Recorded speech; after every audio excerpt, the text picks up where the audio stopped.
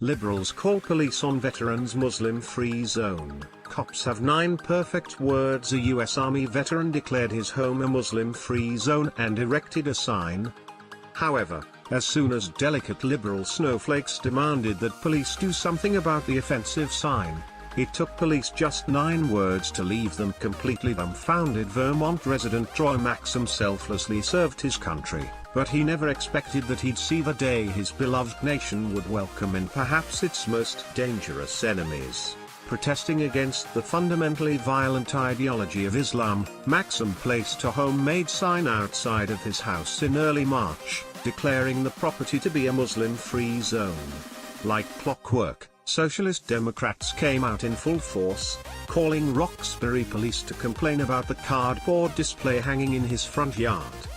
Hoping authorities would make Maxim take down the sign, they were left aghast when police told them it's considered free speech protected by the First Amendment, according to the Times-Argus.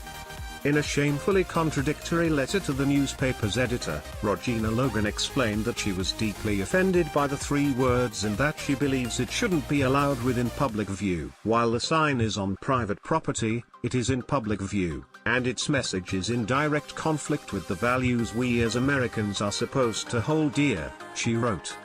Ironically, it must have slipped Logan's mind that one of those American values of which she speaks is freedom of speech, a protected right that doesn't exist under Islamic law.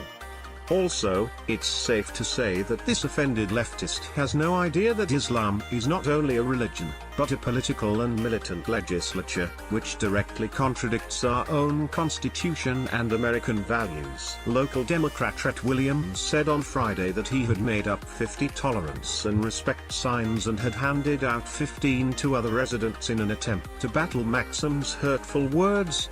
During his interview, he explained that his message also applies to respecting the veterans' viewpoint. Although Williams has warm, fuzzy feelings about his advocacy for tolerance, he seems to forget that tolerance is a two-way street.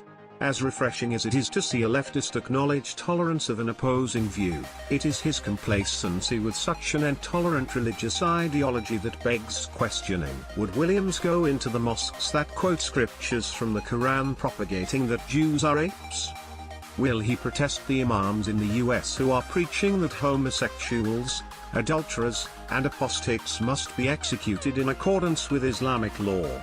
Might he step into a traditional Islamic center and denounce gender apartheid?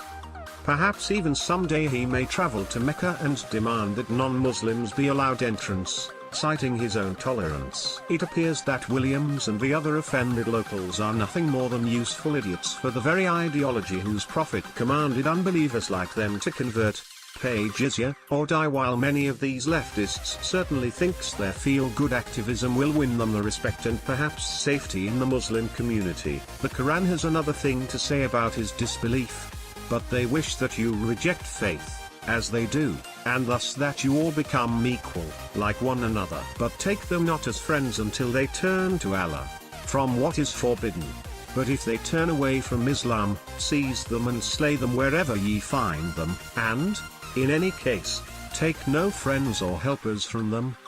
Quran 4:89. This particular verse explains that not only are Muslims forbidden from taking non-Muslims as friends, but they aren't even considered equals to Muslims.